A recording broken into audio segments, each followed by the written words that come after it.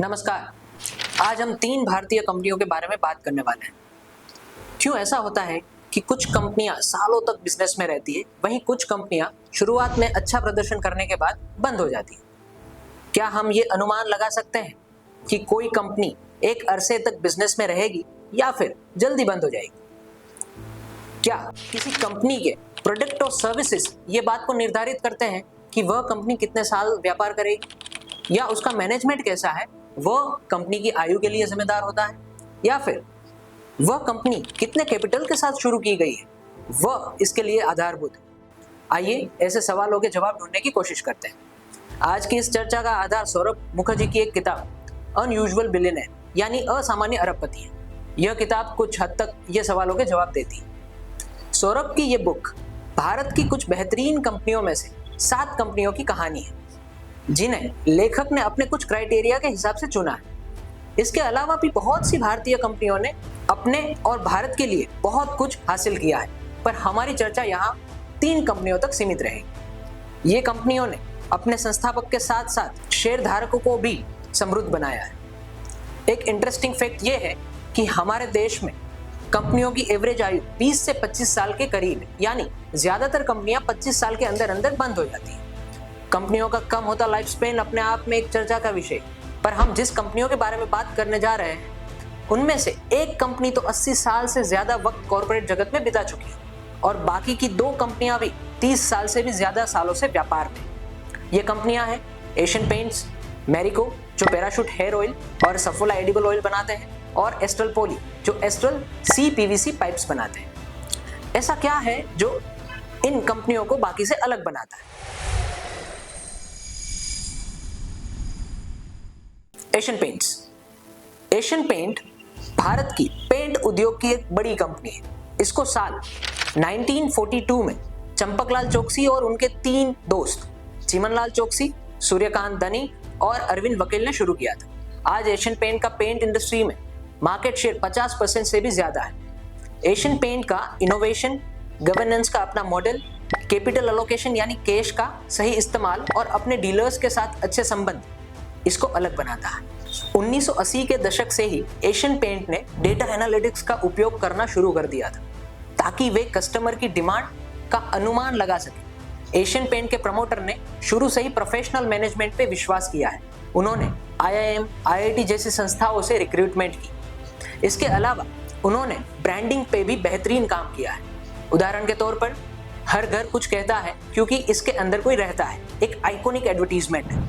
गट्टू जिसे famous cartoonist RK Lakshman ने बनाया था, आज भी एशियन पेंट की एक पहचान बना हुआ है। अगर बात करें एशियन पेंट्स के स्टॉक रिटर्न्स के बारे में, तो जहां पर पिछले 18 साल में सेंसेक्स ने 470% रिटर्न दिए हैं, वहीं पर एशियन पेंट ने 3000% से भी ज्यादा रिटर्न दिए हैं। अब बात करते हैं एक FMCG जायंट मैरिको पर। हर्ष मरीवाला मैरिको के फाउंडर है। मैरिको ने साधारण से प्रोडक्ट को प्रीमियम ब्रांड में बदल दिया। पैराशूट और सफोला इसके बहुत बड़े उदाहरण हैं। मैरिको ने अपने इस प्रोडक्ट को घर घर की पसंद बना दिया। उनकी सफलता का कारण है इनोवेशन, कस्टमर्स के साथ कंपनी के अच्छे संबंध और क्वालिटी पर जोर। एशियन पेंट की तरह मैरिको ने भी प्रोफेशनल मैनेजमेंट को अपनाया है। मैरिको के इनोवेशन को हम उनकी iconic blue Parachute hair oil की बोतल बनाने की एक कहानी से समझ सकते हैं। अर्ली 80s में कोकोनट ऑयल को टीन में भर के बेचा जाता था। तब मैरिको ने सोचा क्यों ना कोकोनट ऑयल को प्लास्टिक की बोतल में भर के बेचा जाए। टीन के मुकाबले प्लास्टिक सस्ता भी पड़ता और शेल्फ पर प्लास्टिक की बोतल्स ज्यादा अट्रैक्टिव लगती। पर उनकी रिसर्च टीम ने बोला कि कोकोनट ऑयल को प्लास्टिक की बोतल्स में बेचना पॉसिबल नहीं होगा, क्योंकि इसमें ऑयल लीकेज की प्रॉब्लम्स होगी और क्योंकि चूहों को प्लास्टिक और कोकोनट ऑयल का कॉम्बिनेशन अच्छा लगता है, वो बोतल्स को डैमेज करेंगे। पर मैरिको ने फिर भी प्लास्टिक की बोतल्स बनाने का डिसीजन लिया। प्लास्टिक की बोतल्स को टीन की तरह स्क्वायर शेप में ना रख के राउंड शेप बनाया गया, क्योंकि चूहों के लिए राउंड शेप बोतल की ग्रिप पाना मुश्किल हो, और बोतल की पैकेजिंग भी इतनी अच्छे से की गई कि उसमें से ऑयल लीक ना हो। ये सब करके 8-10 बोतल्स को चूहों के साथ एक पिंजरे में रख दिया गया। चूहे बोतल्स को डैमेज नहीं कर पाए और तब से कोकोनट ऑयल टीन की जगह प्लास्टिक की बोतल्स में आने लगा। प्लास्टिक का खर्चा टीन के मुकाबले आधा था।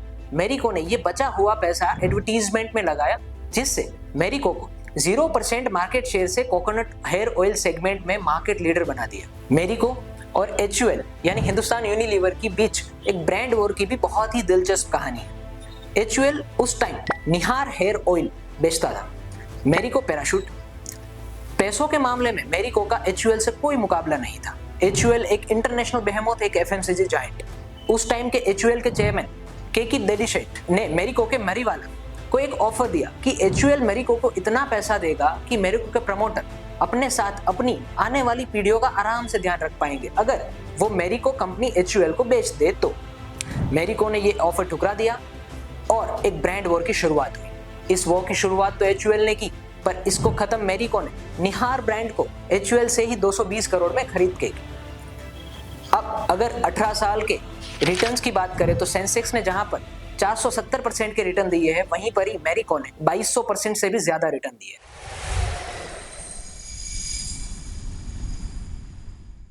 अब बात करते हैं एस्ट्रल पॉली के ऊपर। एस्ट्रल पॉली, जो एस्ट्रल पाइप्स के नाम से भी जानी जाती है, इसके संस्थापक संदीप इंजीनियर, उन्होंने अहमदाबाद स्थित LD कॉलेज से अपनी इंजीनियरिंग कंप्लीट की। एस्ट्रल पॉली भारत की अग्रणी पाइप्स और प्लम्बिंग सॉल्यूशंस प्रदान करने वाली कंपनियों में से एक है। CPVC की टेक्नोलॉजी का पेटेंट BF गुडरिक, जो कि अब लुब्रिजोल है, उसके पास थी। इंजीनियर ने इनके साथ लाइसेंस का अग्रीमेंट किया और एक दूसरी US कंपनी थॉमसन प्लास्टिक के साथ जॉइंट वेंचर बनाया, जो प्लांट बनाने का टेक्निकल नो हाउ प्रोवाइड करेगी। इस लाइसेंस और टेक्निकल नो हाउ के साथ इंजीनियर 1996 में एस्ट्रल को एस्टैब्लिश करते हैं। कंपनी ने पहली बार भारत में CPVC chlorinated polyvinyl chloride pipes को पेश किया। इसका मुकाबला उस जमाने में बहुत ज्यादा बिकने वाले गैल्वेनाइज्ड आयरन पाइप से था, जो कि CPVC के मुकाबले बहुत सस्ता पड़ता था। GI पाइप्स के सस्ता होने के कारण उसे मुकाबला करना काफी मुश्किल था। एक समय ऐसा भी आया जब कंपनी महीने में सिर्फ 4 दिन चलती थी और बाकी के 26 दिन के लिए बंद रहती थी। मार्केट को CPVC पाइप्स पे भरोसा नहीं था। 2003 आते आते एस्ट्रल कंगालियत की कगार पर थी। तब इंजीनियर थॉमसन से मदद के लिए जाते हैं और थॉमसन अपनी लोन को शेयर्स में कन्वर्ट कर देती है और ऊपर से थोड़े पैसे भी देती है। इसी समय गुडरिक की सलाह पर काम करते हुए एस्ट्रल अपना फोकस इंडस्ट्रियल पाइप की बजाय होटल्स और घर में यूज होने वाले पाइप्स पर करती है। यह कंपनी की आने वाली सफलता की घड़ी थी। समय के साथ साथ CPVC पाइप्स ने अपनी टिकाऊपन, गर्म पानी के लिए उपयोगिता, उसके कारण बाजार में क्रांति ला दी। एस्ट्रल ने कई सारे इनोवेटिव प्रोडक्ट लॉन्च किए, जैसे कि लेड फ्री PVC पाइप्स। यह पहली इंडियन पाइप कंपनी थी जिसने पब्लिक बसेस और ऑटो पे अपने प्रोडक्ट एडवर्टीजमेंट करवाए। 2014 में सलमान खान को ब्रांड एम्बेसडर बनाया, जिसके कारण इनकी छवि एक दबंग वाले पाइप की हो गई। पिछले 13 साल में सेंसेक्स ने जहां पर 409% के रिटर्न दिए, वहीं पर एस्ट्रल पॉली ने 14,000% के रिटर्न्स दिए।